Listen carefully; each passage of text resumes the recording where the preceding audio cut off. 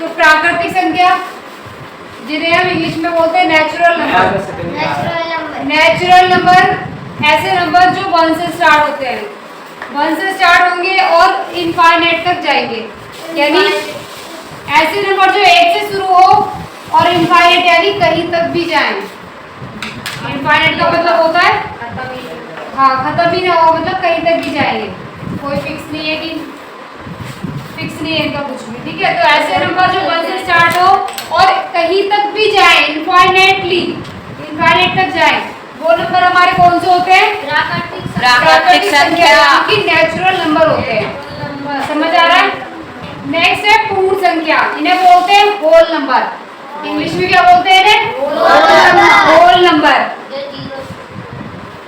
जो जीरो से whole number और इन्हें बोलते हैं नेचुरल नंबर। होल नंबर कौन से होते हैं? ऐसे नंबर जो 0 से स्टार्ट हो और इनफाइनाइट तक जाए। जो प्राकृतिक संख्या होती है और जो हमारी पूर्ण संख्या होती है, इसमें बस इतने अंतर होता है कि इसमें 0 नहीं होता और इसमें 0 होता है। ठीक है, पूर्ण का मतलब क्या होता है? पूरा। होल का मतलब पूरा, यानी कि 0 आ जाए तो भाई सारी काउंटिंग आ गई, सारी आ गई ना। और जब सारी काउंटिंग आ गई तो नाम क्या रख दिया? पूर्ण संख्या, होल नंबर। बात आ रही समझ में? नेक्स्ट क्या है हमारा? पूर्णांक। ये दोनों समझ में आए? Yes ma'am. अगर कभी कोई भी पूछेगा प्राकृतिक संख्या कैसे करते हैं तो बोलना 1 से स्टार्ट हो और इनफाइनाइट तक जाए तो हमारी प्राकृतिक संख्या कहलाती है। पूर्ण संख्या कौन सी होती है? ऐसे नंबर जो 0 से स्टार्ट हो और इनफाइनाइट तक जाए, वो हमारे क्या होते हैं? पूर्ण संख्या होती है। नेक्स्ट है हमारा पूर्णांक। पूर्णांक को इंग्लिश में बोलते हैं इंटीजर। क्या बोलते हैं? इंटीजर। इंटीजर। इंटीजर। ठीक है, अभी इंटीजर हमारे पॉजिटिव भी होते हैं और नेगेटिव होते हैं। नेगेटिव को ऋणात्मक बोलते हैं और पॉजिटिव को धनात्मक बोलते हैं। 0 से जो देखो इसमें क्या रहता है, हमारे पूर्णांक में 3 तरह के नंबर आएंगे। एक तो हमारे पॉजिटिव आ जाएंगे, 1 से लेकर के इनफाइनाइट तक के सारे आ जाएंगे। एक नंबर लाइन में क्या क्या होता है? एक नंबर लाइन में 0 होता है, सारे धनात्मक यानी पॉजिटिव नंबर होते हैं और साथ ही साथ सारे नेगेटिव नंबर भी होते हैं। तो 0, पॉजिटिव नंबर और नेगेटिव नंबर, इन तीनों को मिला के हमारा पूर्णांक बनता है। ठीक है, यानी पूर्णांक में ही सारे नंबर आते हैं। 1 से लेकर के इनफाइनाइट तक के सारे प्लस वाले पॉजिटिव नंबर, 1 से लेकर के इनफाइनाइट तक के सारे नेगेटिव नंबर यानी माइनस वाले नंबर, 2 तरह के नंबर, साथ ही साथ उसमें 0 भी आए तो ये सारे के सारे नंबर हमारे क्या कहलाएंगे? इंटीजर यानी कि पूर्णांक। बात आ रही समझ में? Yes teacher. जो माइनस वाले हैं उन्हें ऋणात्मक पूर्णांक कहेंगे, जो प्लस वाले नंबर है उन्हें धनात्मक पूर्णांक कहेंगे। ठीक है, और 0 इंक्लूड रहते हैं इनमें। इतनी बात समझ में आ गई? पूर्णांक में कोई दिक्कत? और एक्सप्लेन करूं? पक्का? नेक्स्ट है अभाज्य संख्याएं। अभाज्य संख्या को इंग्लिश में क्या बोलते हैं? क्या बोलते हैं? Prime number.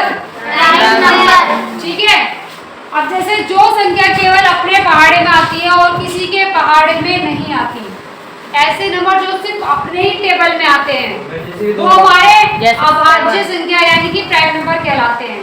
अभाज्य संख्या जैसे कि 2, जैसे 2 है, 2 सिर्फ अपने टेबल में आता और किसी के टेबल में आता है नहीं।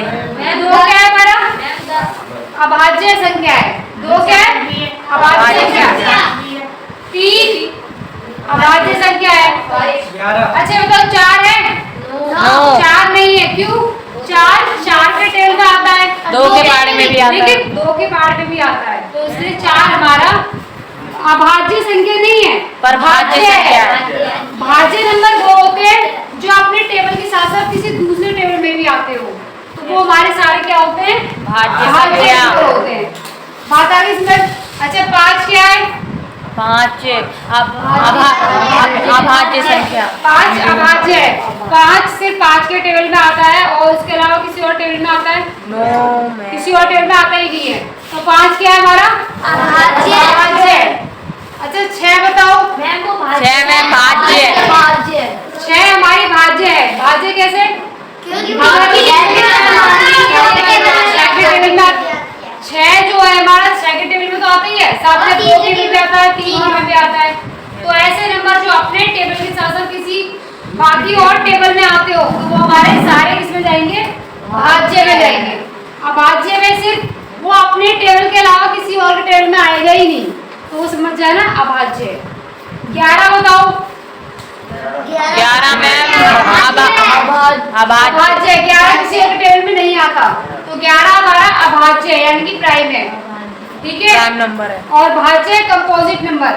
कंपोजिट नंबर अभाज्य को प्राइम नंबर कहते हैं इंग्लिश में, यस मैम। और भाज्य को कंपोजिट कहते हैं। ठीक है, कंपोजिट नंबर कहते हैं। तो ये भाज्य भाज्य क्लियर हुआ? दोबारा एक्सप्लेन करूं? No, ma'am. ये पूर्णांक समझाऊं दोबारा? पूर्णांक प्रॉब्लम है, देखो पूर्णांक इसको इंग्लिश में बोलते हैं इंटीजर। अभी पूर्णांक 2 तरह के होते हैं हमारे, एक तो ऋणात्मक नेगेटिव, ऋणात्मक को इंग्लिश में नेगेटिव, और एक होता है धनात्मक जिसे पॉजिटिव। ठीक है, पूर्णांक हमारे 2 तरह के होते हैं, ऋणात्मक और धनात्मक। अब ऋणात्मक पूर्णांक जो सारे माइनस वाले नंबर होंगे वो सारे ऋणात्मक में जाएंगे, जो सारे प्लस वाले नंबर होंगे 1 से लेकर के अनंत तक, इनफाइनाइट तक जो प्लस वाले होंगे वो सारे हमारे धनात्मक में जाएंगे। तो सारे नंबर माइनस वाले और सारे नंबर प्लस वाले और साथ ही साथ 0, ये तीनों ही चीजें हमारी पूर्णांक में आती है और हम इन्हीं को हम पूर्णांक कहते हैं। समझ आ गया? और भाज्य भाज्य में कोई प्रॉब्लम?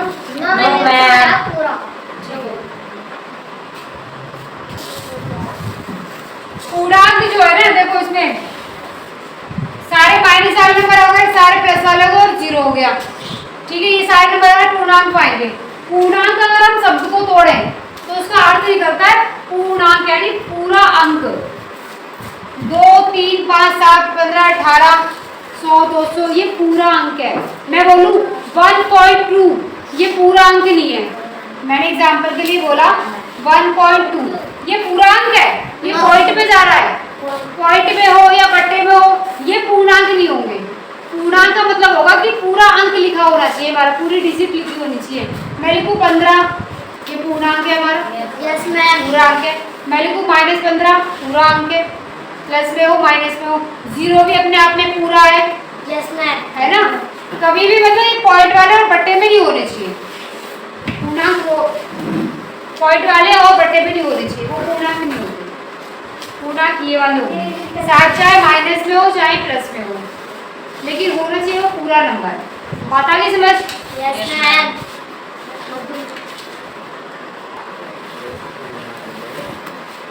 नेक्स्ट हमारा सम संख्या।